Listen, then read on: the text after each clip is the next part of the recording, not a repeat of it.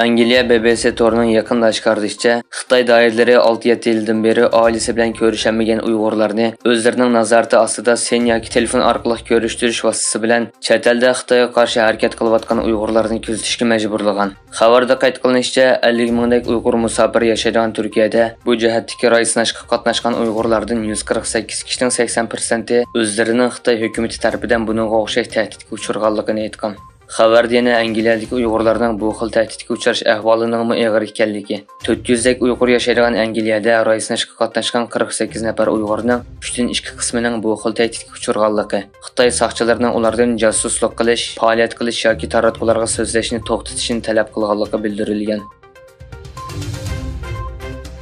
İstanbul'daki Xalqaro Sharq Turkiston Tashkilotlar Birlik hay'atining Yaponiyada Uyg'ur davosini kun tartibga keltirish uchun boshlagan bir haftalik ziyorati davom qilmoqda. Ma'lum bo'lishicha, hay'at 1 avgust Yaponiya parlament a'zosi va Xitoyga qarshi xalqaro parlament a'zolari ittifoqining a'zosi Xrofumi Apandini ishxonasida ziyorat qilgan va uning bilan Yaponiyaning Sharq Turkiston masalasiga bo'lgan qo'llashni kuchaytirish orqali ikki do'st xalqning o'rtaq oliy manfaati uchun ittifoqlikni taraqqiy qilish qatorliq temalarda muzokaralashgan. Tashkilotlar Birlik hay'atining ziyorati 8 avgustgacha davomlashadigan bo'lib, ziyorat jarayonida Yaponiyadagi davlat arboblari, parlament a'zolari, akademiklar va boshqa muhim shaxslar bilan uchrashish planlangan. Amerika Davlat Majlisi Avam palatasining Cumhuriyetçilerden bo'lgan a'zolari Biden hukumatini Xitoyning talablariga ko'ra ish qilmaslikqa, ya'ni kishilik huquq masalasida Xitoyga yo'l qo'yish badaliga birikma fentanyl masalasida Xitoy bilan hamkorlashish yo'liga mangmaslikka chaqirdi.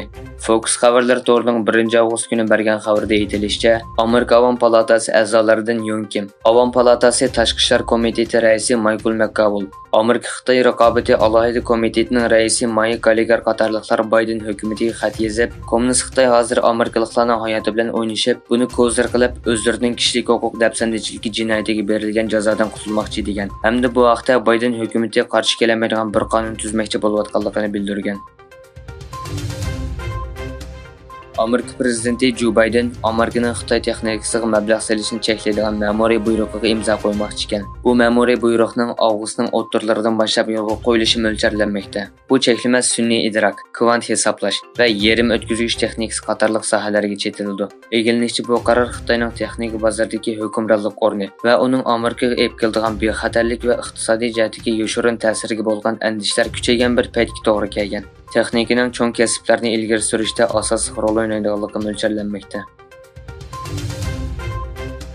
Pokistonning Turkiya bilan hamkorlashib qo'ygan milliy paraxodlarning oxirgi qismi bo'lgan 4-harbiy paraxod kutub armiyaga topshirib berilgan. Bu munosabat bilan Turkiya muavin prezidenti Cevdet Yilmaz va Pokiston bosh ministri Shahbaz Sharif qatnashgan.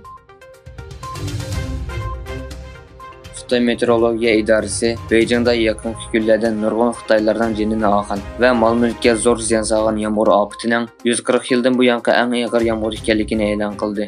Yevropa xabarlar torining bugungi xabarda bildirilishicha, Xitoy rejimi e'lon qilgan bayonotda qattiq yomg'irda Changpengdagi Wangjiayan suv ombiridagi yomg'ir miqdorining 744,8 mm ga yetganligi, 1891-yili Xitoyda qayd qilingan 609 mm lik ho'l yog'in rekordini tunji qatam buzib tashlaganligi qayd qilingan.